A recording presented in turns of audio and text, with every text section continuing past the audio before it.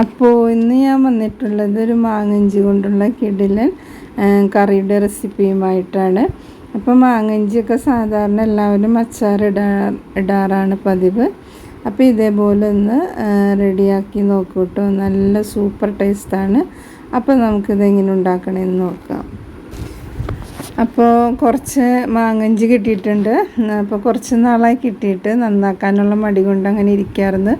അപ്പോൾ അതുമ്പോൾ മുളയൊക്കെ വന്നിട്ടുണ്ട്. അപ്പോൾ ആ മുളയൊക്കെ ഞാൻ എടുക്കേണ്ട കേട്ടോ, അതൊന്നും കളയണില്ല.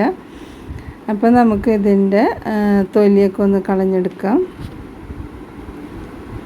അപ്പോൾ എല്ലാത്തിൻ്റെ തൊലിയൊക്കെ കളഞ്ഞെടുത്തിട്ടുണ്ട്. അപ്പം പിന്നെ 2-3 പച്ചമുളക്, ഒരു 5-8 വെളുത്തുള്ളി, ചുവന്നുള്ളി ഒക്കെ എടുത്തിട്ടുണ്ട്. അപ്പോൾ ഇതെല്ലാം ഒന്ന് കഴുകി എടുത്തിട്ടുണ്ട്.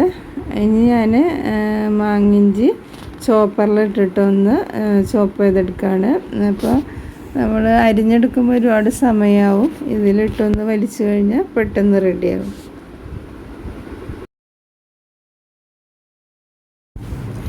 അപ്പോൾ മാങ്ങിഞ്ചി ഒരു ചെറിയ പീസായിട്ട് അതിലേക്കൊന്ന് മുറിച്ചിട്ടാണ്, ഒരു 4 പീസായിട്ട് മുറിച്ചിട്ടാൽ മതി.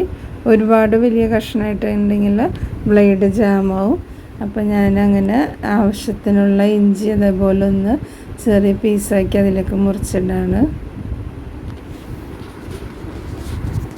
അപ്പോൾ എല്ലാം മുറിച്ചിട്ടിട്ടുണ്ട്. ഇനി നമുക്ക് ചോപ്പ് ചെയ്തെടുക്കാം. അപ്പോൾ ഇത് ശരിക്കും മാങ്ങ പോലെ തന്നെയാണ്. മുറിക്കുമ്പോൾ ഒറ്റ നാര് പോലുമില്ല. സാധാരണ ഇഞ്ചിയൊക്കെ നല്ല നാരായിരിക്കും. ഇത് മാങ്ങ പൂളെടുക്കും തന്നെയാണ് കേട്ടോ ഇത് ഇങ്ങനെ മുറിച്ചെടുത്തിട്ട് കാണുന്നത്. അപ്പം നല്ല അടിപൊളി സൂപ്പർ ടേസ്റ്റ് കറിയാണ് കേട്ടോ. അപ്പോൾ മാങ്ങഞ്ചിയൊക്കെ ഇട്ടാണെങ്കിൽ ഇങ്ങനെ ഉണ്ടാക്കാതെ ഇരിക്കരുത്. തീർച്ചയായിട്ടും ഇതേപോലെ ട്രൈ ചെയ്ത് നോക്കണം കേട്ടോ. അത്രയ്ക്കും കിടിലൻ ടേസ്റ്റാണ്.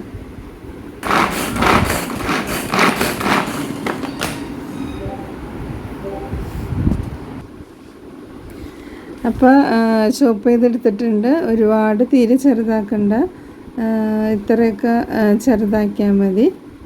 അപ്പോൾ പെട്ടെന്ന് റെഡിയാക്കിയിട്ട് കേട്ടോ. അപ്പോൾ ഇഞ്ചിയൊക്കെ ഇതേപോലെ ചോപ്പറിലിട്ട് 2-3 വലിച്ചു കഴിഞ്ഞാൽ പെട്ടെന്ന് ഇതേപോലെയൊക്കെ ചെറിയ പീസായിട്ട് അരിഞ്ഞ് കിട്ടും. അപ്പോൾ നമ്മൾ മരത്തടിയിലൊക്കെ വെച്ച് അരിഞ്ഞെടുക്കുമ്പോൾ ഒരുപാട് സമയം വേണം. ബാക്കി കുറച്ചുണ്ട്, അത് ചിലപ്പോൾ അച്ചാറിടും, അല്ലെങ്കിൽ വീണ്ടും ഇതേപോലത്തെ കറി വയ്ക്കും കേട്ടോ. ഇപ്പോൾ ഇപ്പോഴത്തെ ആവശ്യത്തിന് മാത്രമേ ഞാൻ കുറച്ചുണ്ടാക്കണുള്ളൂ. അതിന് വേണ്ടിയിട്ട് 3-4 പച്ചമുളക് ചെറുതായിട്ട് അരിഞ്ഞെടുക്കുന്നുണ്ട്. പിന്നെ വെളുത്തുള്ളിയും ചുവന്നുള്ളി.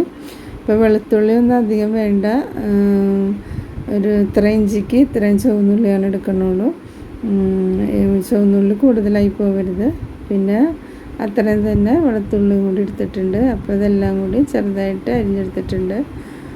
പിന്നെ ഒരുപാടുണ്ടെങ്കിൽ നമുക്ക് ചോപ്പറിലിട്ട് ഒന്ന് വലിച്ചാൽ മതി. ഇപ്പോൾ അതിലിടാനുള്ളതില്ല. അപ്പോൾ അതൊന്ന് അരിഞ്ഞെടുത്തിട്ടുണ്ട്.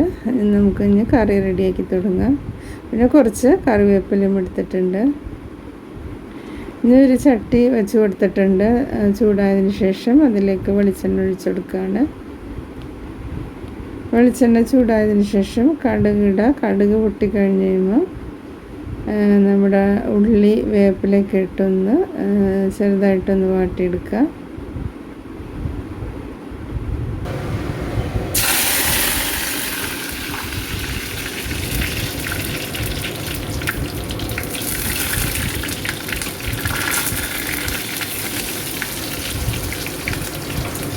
അപ്പോൾ ഇത് ഏകദേശം ഒന്ന് വാടിക്കഴിഞ്ഞ് കഴിയുമ്പോൾ അതിലേക്ക് നമ്മൾ അരിഞ്ഞു വെച്ച മാങ്ങഞ്ചി ഇട്ട് കൊടുക്കാം.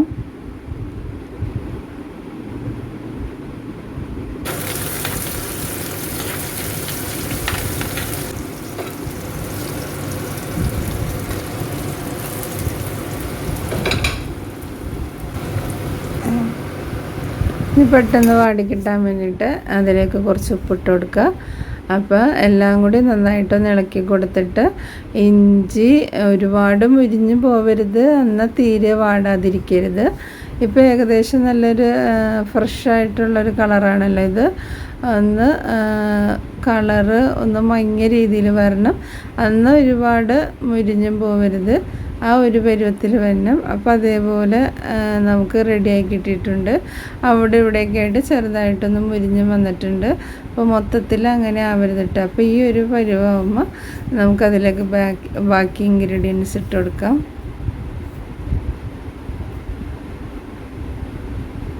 ഇനിയിപ്പോൾ ഇതിലേക്ക് ഞാൻ ഇട്ട് കൊടുക്കുന്നത് ഒരു 1/4 ടീസ്പൂൺ മല്ലിപ്പൊടിയാണ്. അപ്പം മല്ലിപ്പൊടി അധികം ആവരുത്, മല്ലിപ്പൊടിയുടെ അളവ് കറക്റ്റ് ആയിരിക്കണം. പിന്നെ മുളക് പൊടിയാണ്, അത് എരിവുള്ള മുളക് പൊടി ആണെങ്കിൽ അതനുസരിച്ച് ഇടാം, എരിവിനനുസരിച്ച് ഇടാം. പിന്നെ ഒരു 1/4 ടീസ്പൂണിൽ താഴെ മഞ്ഞൾപ്പൊടിയും ഇട്ട് കൊടുക്കുക. ഇതെല്ലാം ഇട്ടിട്ട് നന്നായിട്ട് മിക്സ് ചെയ്യുക. എന്നിട്ട് കുറച്ച് നേരം എല്ലാം കൂടി ഒന്ന് ചൂടാൻ വേണ്ടിയിട്ട് വയ്ക്കുക.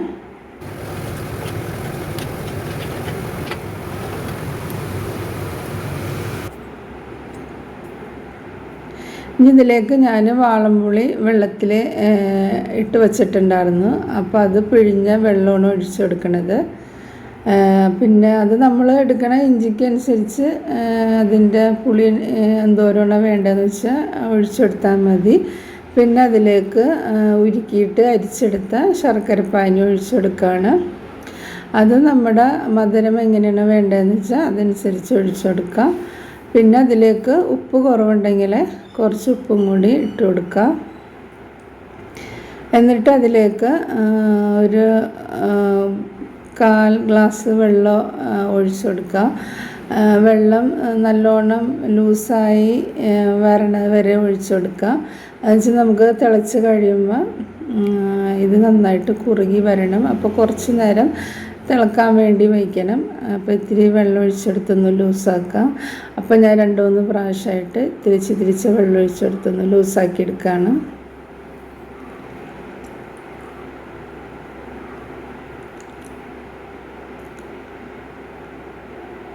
അപ്പോൾ ഏകദേശം ഒരു ഇത് ലൂസാക്കി ഇട്ടിട്ടുണ്ട്. ഇനി ഇത് തീ കൂട്ടിയിട്ടതിന് ശേഷം നന്നായിട്ടൊന്ന് തിളക്കും.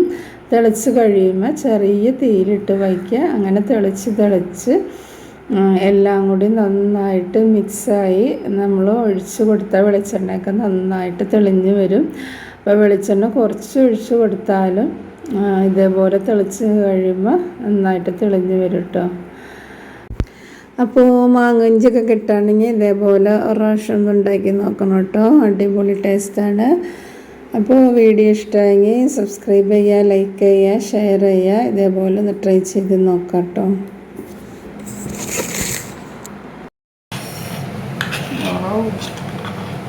മറ്റേ സാധാ ഇഞ്ചി ഉണ്ടാക്കൂലേ, അതിലേക്ക് സൂപ്പ്